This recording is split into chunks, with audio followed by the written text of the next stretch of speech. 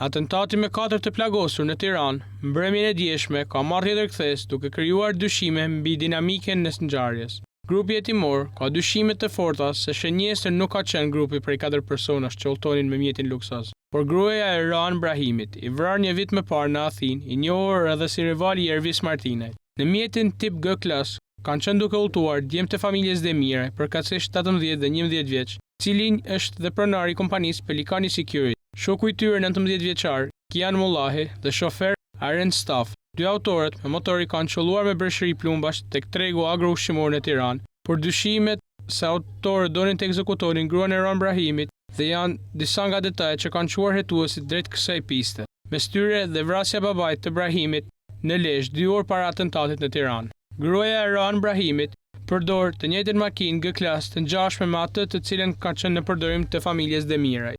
Targat e dy mjeteve janë shumë të ngjashme dhe u ndryshon vetëm një shkronjë. Mjeti ndaj të cilit u qellua kishte një targ AA02MD.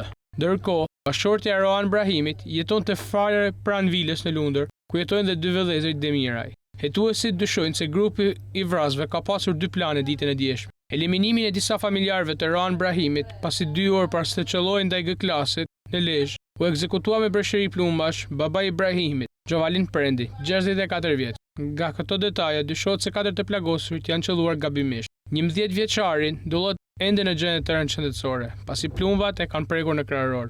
Djali i pronarit të Pelikan Security ndullet në një spital privat në Tiranë. 19 vjeçari është në gjendje stabil, bashkë me shoferin 34 vjeçar. Në mjet janë gjetur 7 shenja plumbash. Pistat e hetimit janë hakmarrje për veprimtarinë kriminale të Erhan Brahimit, i cili njihet dhe si rivali i Ervis Martinajt, por edhe si porositësi i vrasjes së Gentian Betjes me 15 mars të 2024. Por dhe në korrik të vitit 2022, Erhan Brahimi akuzohej si një nga atentatorët vrasjes së Brillant Martinajt dhe 2 miqve të tij.